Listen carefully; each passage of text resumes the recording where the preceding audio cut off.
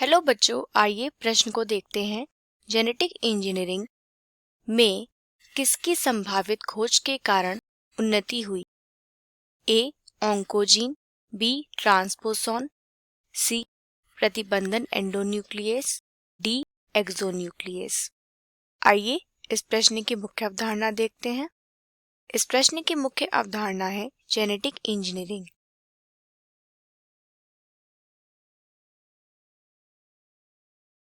आइए इस प्रश्न का उत्तर देखते हैं। जेनेटिक इंजीनियरिंग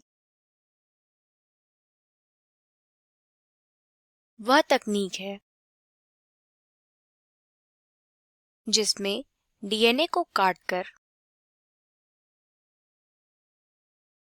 उसमें वांछित जीन जोड़कर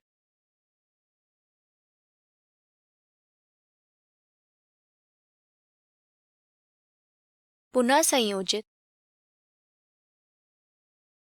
डीएनए बनाया जाता है। इस तकनीकी में डीएनए को काटने का कार्य प्रतिबंधन एंजाइम द्वारा किया जाता है।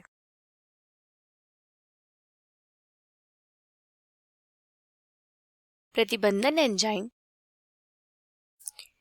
डीएनए को विशिष्ट स्थानों पर काटते हैं।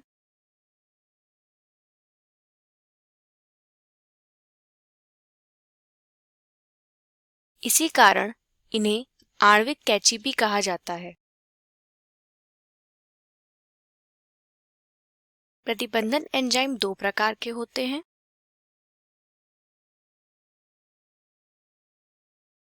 प्रतिबंधन एंडोन्यूक्लियस तथा प्रतिबंधन एक्सोन्यूक्लियस। प्रतिबंधन एंडोन्यूक्लियस डीएनए को भीतर की ओर से काटते हैं,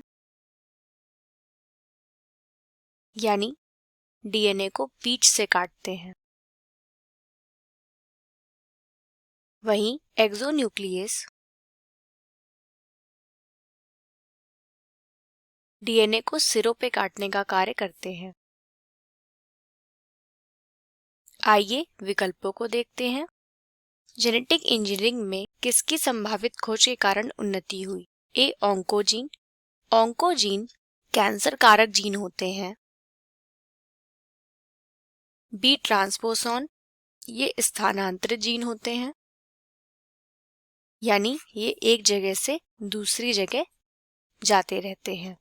सी प्रतिबंधन एंडोन्यूक्लियस। प्रतिबंधन एंडोन्यूक्लियस अभी हमने देखा, यह डीएनए को काटने का कार्य करता है और वो भी भीतर की ओर से। एक्सोन्यूक्लियस यह भी डीएनए को सिरों पर काटता है। अब भी हमने देखा कि जेनेटिक इंजीनियरिंग वह तकनीक है जिसमें डीएनए को काटकर उसमें वांछित जीन जोड़ा जाता है। यदि डीएनए को काटा नहीं जाएगा तो जेनेटिक इंजीनियरिंग नहीं संभव हो पाएगी। अतः प्रतिबंधन एंजाइम की खोज ही जेनेटिक इंजीनियरिंग की उन्नति का कारक है। इसमें भी प्रतिबंधन एंजाइम में भी एंडोन्यूक्लियस ज्यादा उपयोगी हैं, क्योंकि ये डीएनए को मध्य से काटने का कार्य करते हैं, जबकि एक्सोन्यूक्लियस सिरे पर काटने का कार्य करते हैं।